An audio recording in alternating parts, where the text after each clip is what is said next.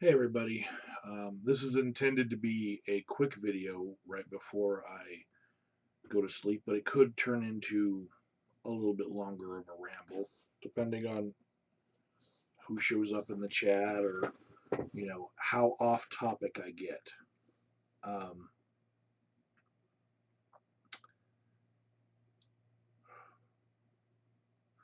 so, numbers.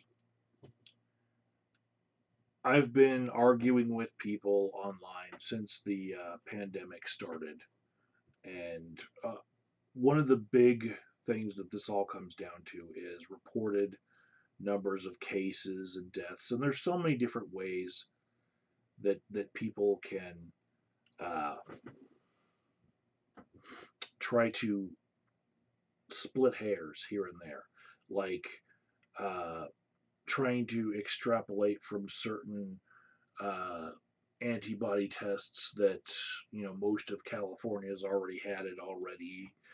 So we should just open up everything to saying that the coronavirus deaths are being misreported by hospitals in this giant conspiracy where doctors are disregarding their own oaths to do no harm and just lying to get money for hospitals.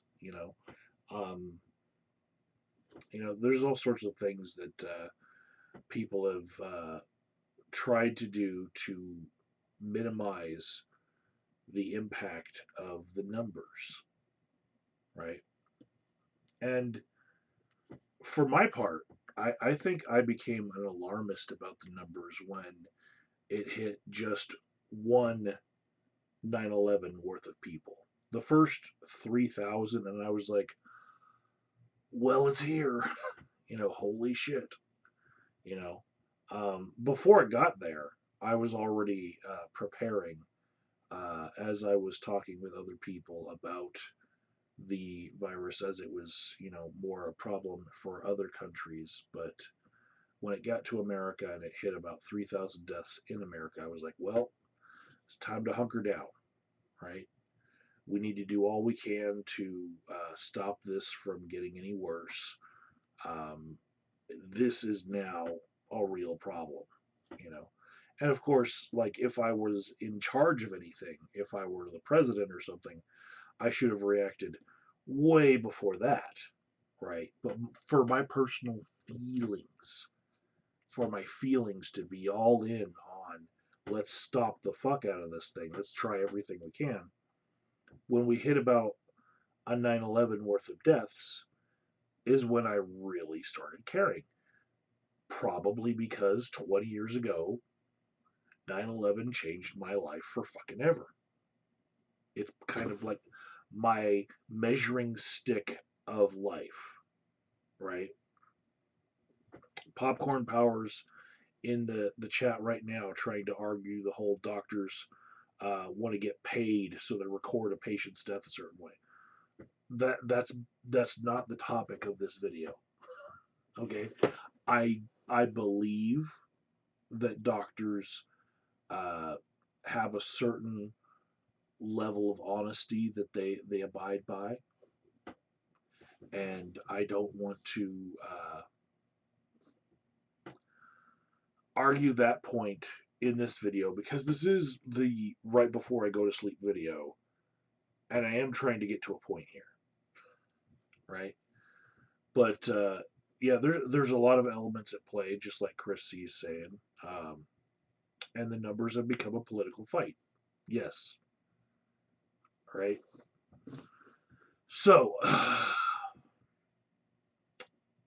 we've come to a point where a lot of news outlets have already said that we have surpassed 100,000 deaths in the U.S. And this has been something where, as the deaths each day slowed to less than a 9/11 per day, and even less than 1,000 people per day, we started creeping towards 100,000 deaths rather than it being all of a sudden. We've had like a week to think about the number 100,000, right? So, if I were to look at the Johns Hopkins website right now, uh, click on US, and you get to 100,442. Right now, it's like just after midnight. Uh, it's the morning of May 28th, right? But if I go to my other favorite website for the numbers, which is ourworldanddata.org, what their chart is saying is that we're only at 98,916. There's a little bit of a discrepancy. Uh, both places are not updating at the same rate, even though, I would assume that they're getting their numbers from the same source. There's something a little bit off between those numbers, right? But it's not more than 1 or 2,000 lag between the two, right? But I do wonder, like, what is the difference in all the numbers of all the different sites I can go to? Those are just the two that I've been using uh, for my information purposes, right? But there is a little bit of a difference. Now, what I'm going to talk about now is related to a previous video I did about excess deaths in New York City, which show that at a maximum, there are 5,000 more excess deaths in New York City that have not been accounted for that could have been coronavirus deaths. But we don't know what they are. They could have been related. They could have been, people who didn't seek treatment for a heart complication and they had a heart attack at home. You don't know. They're just a mysterious extra 5,000 over the total, like 25,000 died during this pandemic that would be considered excess, right? Um, if you were to take that study uh, from the CDC on its face, right? So if we go back to the CDC's website, they have an excess death counter that is separate from that study. And this is important because, like, these numbers are getting weird for me to where, like, the people who are arguing about the characterization of deaths and arguing about testing and whatnot, this is going to feed their arguments a little bit more than it would be feeding my own bias. This is the trumpeters, the Trumpsters out there. They're gonna look at this as something that is like, yeah, we've been saying this all along, but bear with me. Um, so the numbers aren't finalized yet, but we're gonna go there. Um, this is the place where I'm having trouble with the numbers. This right here is excess deaths associated with COVID-19, right? So this is all the way back to like January 2017, right? We've got this yellow line here, this orange line you're seeing. That's uh, basically the upper bounds limit of what you would expect for deaths within the year in the entire United States, right? That's what we've got selected. The whole United States. Right around here, you're seeing the swine flu in 2018, right? Bad flu season.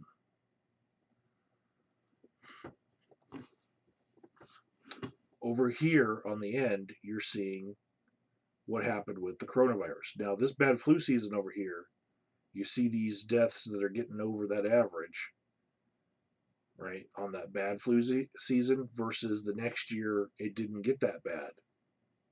You know, it was just a better flu season.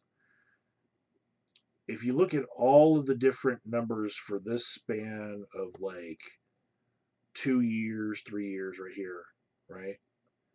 You don't see this caveat that they put in the note section that they do in the numbers as I get to the end here. And that note reads, data in recent weeks are incomplete. Only 60% of death records are submitted uh, within 10 days of the date of death, and the completeness varies by jurisdiction, right? And those are all the numbers past like January, right? Starting in February is where you start seeing that caveat put there, right? So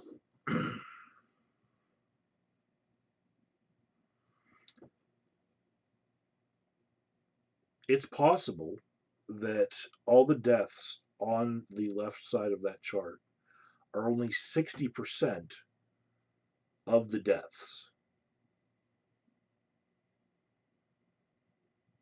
If you're just talking about like the last three bits there, but it's like it's weird what they're saying there is like 60% of the records get to them late. Sorry, no, 40% get to them late, right? 60 per, what is it? Ugh, I'm tired right now. Okay. Only 60% are submitted within 10 days, right? That doesn't mean that the rest of the numbers aren't there for a lot of that. It could be like 99% accurate right now for a lot of those, getting worse towards the left edge, sorry, the right edge of that chart. The more recent the data, the more likely there is some straggler death certificates that are still out there, right? But what I'm having trouble with the numbers is this.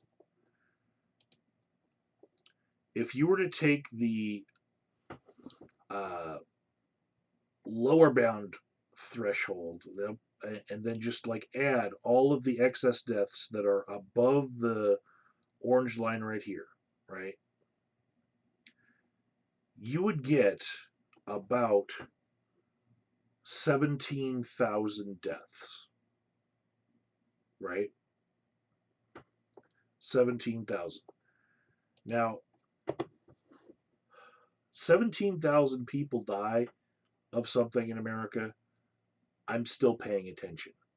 Mind you, at the beginning of this video, I said my measuring stick of life right now is about 3,000 because I'm one of those people who lived through the 9/11 era of history, right? So when I hear 17,000 people died, it's a fucking huge number. It's not 100,000. That nice round number that we're experiencing this week in the news with different news sources saying different days that we hit that number, right? But still a fucking huge, large number of people extra dead. Now, um, going back to this chart here, just another point that I see here. So some of these deaths in the area below the orange line, these could be coronavirus deaths too, right? Only they would have been flu deaths. They would have been car accident deaths. They would have been a whole bunch of other deaths, you know, that they could have been. But instead, those are coronavirus deaths.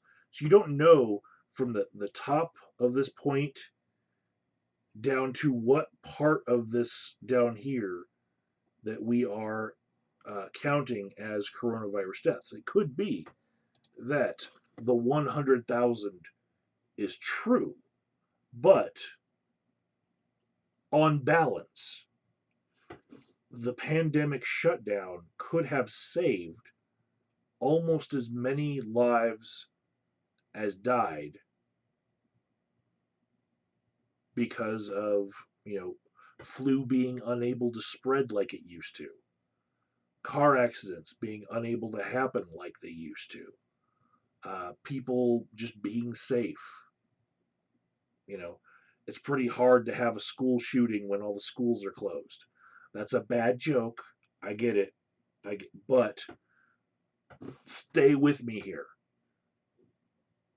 If there's only 17,000 excess deaths in that, which is incomplete data, but if there's only 17,000 excess deaths, that means that a whole bunch of the people that should have died of other causes during that same period of time died of the coronavirus if 100,000 people in that period of time, in that hump at the end of the chart, were coronavirus deaths. And that's something that we can take as being an accurate number from all these news sources.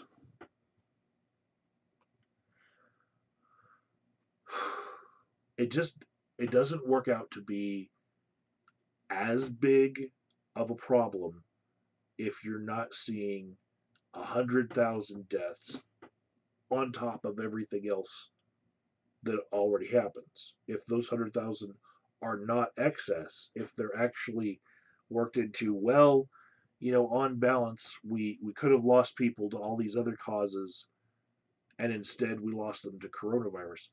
It's not as bad right now. Now, you know, looking at uh, the history of pandemics with second and third waves, you know, bend over, here it comes again, and it's going to look a lot worse. But um, I'm not even sure that, like, not to insult my audience, but I'm not even sure that I'm making enough sense with this for people to understand what I'm saying.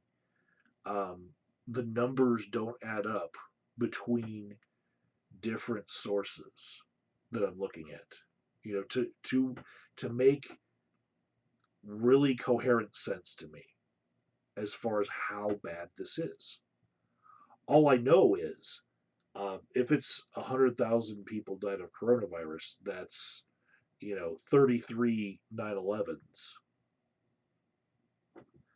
And if it's 17,000 more deaths than there would have been for that same time period, then that's about 6 9/11s, right? The the scale of that is still in my holy shit range.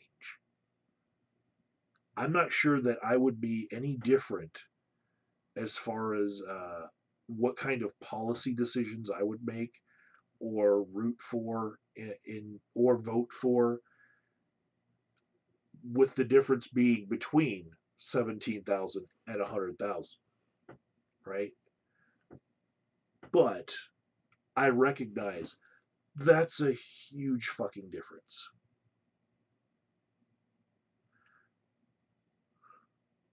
Not all the numbers are in yet.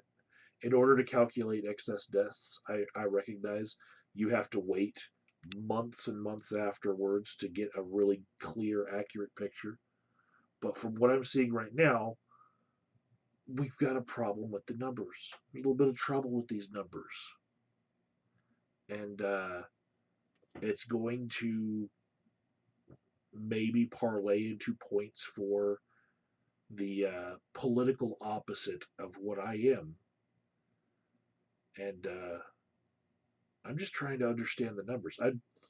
You know, where we fall as far as our politics are concerned aside, I'm just trying to follow the actual numbers and get the actual truth of the matter. You know, I'm already far beyond shocked. You know, with the number of deaths just at the first 9/11's worth. You know, I don't need extra scared. I don't need all that extra to be the same person that I am. But I want to be correct. I want to be accurate in what I know. And I feel like this is something that needs to be explored as far as how we're going to have this conversation uh, in all of our arguments with people who are wrong on the internet. You know, just how many 9/11s are we talking about? It's good to know. The fact that it's more than a handful freaks me the fuck out anyway. But as long as we're moving goalposts on every side, I'd like to know where the ball finally does land. All right, let's look at the chat a little bit. Um, Nick says too many groups are trying to spin and fudge the numbers for their own purposes. Facts don't matter to them. Uh, I agree. I do agree. Everything is politicized. People will cry that you shouldn't politicize things, but everything's politicized. Um, I was actually, it's horrible that somebody died for this, but I was actually feeling a breath of fresh air with a different subject in the last 2 days from somebody dying a very horrible, untimely death. And just talking about that conversation once again, I was like, finally, it's been like 2 months since we talked about war with Iran, and it's been coronavirus, coronavirus, coronavirus, Tiger King, coronavirus, coronavirus. It's just, it's been nonstop. Um,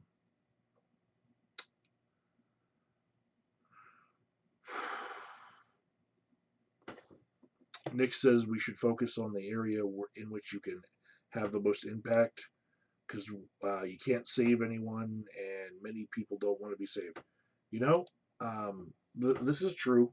This is why I put my studies before my YouTube channel. I prioritize. I have a 4.0, and there's no fucking pandemic that's going to take that away from me. That's my measuring stick right there for what I'm doing is arguing online takes a backseat to uh, my real life. Um,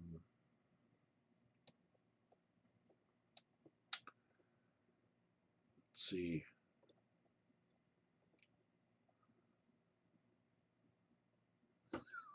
Nick says he's waiting for a few of his trolls to die from it. Um, Popcorn Power says, "Did you see the infected roaming around the streets in Minneapolis? The police are double tapping. They mocked up riots to cover the zombie apocalypse. You know,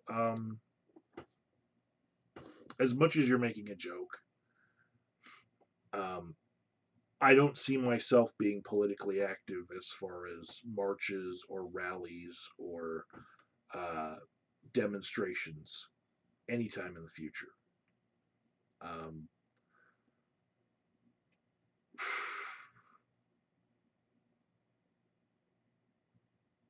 the riots that they did happen, that they did have, I would be very surprised if somebody in the next 2 to 3 days didn't have a very serious case of COVID-19 because of protesting the cops, you know, and we've already got one person's untimely death. We don't need more.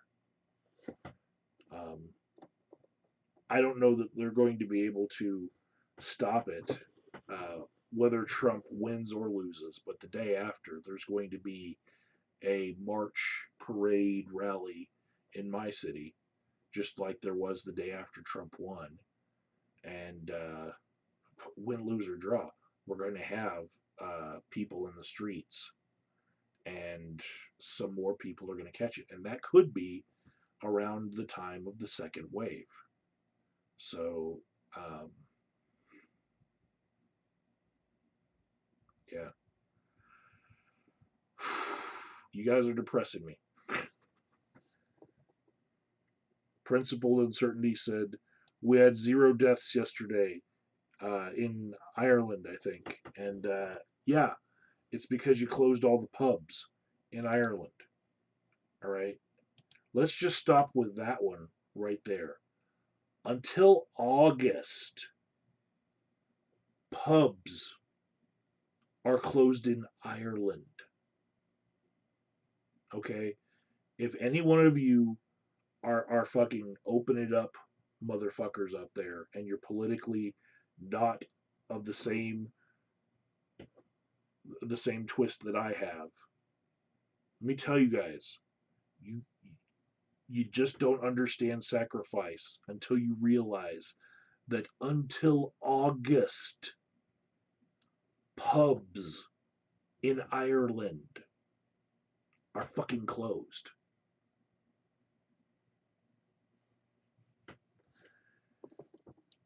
Good night, ladies and gentlemen. See you tomorrow.